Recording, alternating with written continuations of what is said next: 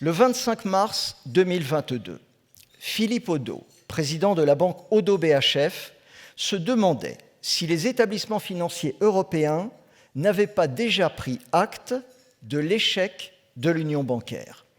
En effet, les grands établissements financiers, notamment français, se sont engagés dans de vastes opérations de réorganisation qui ont le potentiel à terme de transformer leur profil, de rétablir leur rentabilité, d'assurer leur transition technologique et subsidiairement de résister aux géants du digital.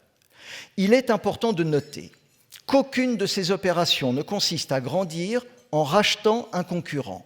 L'objectif de ces opérations est de croître sur des métiers connexes aux activités traditionnelles de crédit, comme par exemple le leasing automobile, l'assurance ou tout simplement les paiements.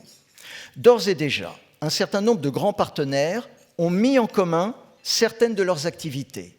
C'est ce que Société Générale et Crédit Agricole ont fait avec succès dans la gestion d'actifs, avec la création d'Amundi. Idem pour BNP Paribas et Crédit Agricole dans la conservation de titres.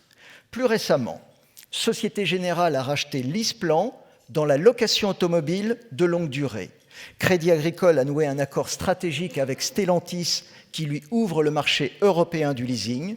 Quant à la Banque Postale, elle a parachevé sa mutation en véritable banque assureur avec l'absorption complète de CNP. Enfin, le 20 octobre 2022, dans l'article qu'il a eu la gentillesse de rédiger pour TNP et pour le CRSF, et que vous retrouverez dans notre livre blanc, Robert Ophel, président sortant de l'autorité des marchés financiers, ramène tout le monde à la réalité. Chaque pays de l'Union, écrit-il, préfère conserver sa propre souveraineté plutôt que de faire le pari d'une souveraineté financière européenne. Et de poursuivre, l'affirmation de la souveraineté financière de l'Europe ne sera atteignable qu'à long terme et passera par des réformes de fond qui renforceront la compétitivité de notre industrie financière et l'attractivité de l'Europe. En conclusion, au XVIe siècle, l'économiste et philosophe Jean Bodin considérait que la souveraineté, c'est d'abord la puissance illimitée de faire les lois et de les faire appliquer. Autrement dit, l'Union européenne n'est pas souveraine au sens juridique du terme, même si elle dispose d'un certain nombre d'attributs de souveraineté, en particulier grâce à ses 5 compétences exclusives que sont l'union douanière, la concurrence, la politique commerciale, la politique monétaire au sein de la zone euro et la conservation des ressources de la mer. Pour être pleinement souveraine, l'Union européenne devrait disposer, à minima, de 2 compétences régaliennes supplémentaires. Tout d'abord, la défense et ensuite, la faculté de lever l'impôt.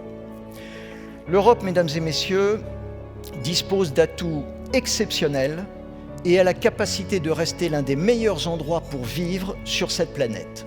Si elle veut défendre ses valeurs, si elle veut continuer à prospérer sans renoncer à ses libertés, l'Europe doit se réveiller. N'oublions pas cette maxime que rappellent depuis des millénaires les philosophes et les penseurs de toutes les cultures, des Hébreux aux Grecs, des chrétiens aux musulmans, des Chinois aux anglo-saxons. La recette de l'impuissance, et ceci est valable dans tous les domaines, est le chacun pour soi. Mais la condition de la souveraineté est la conjonction des talents. Je vous remercie.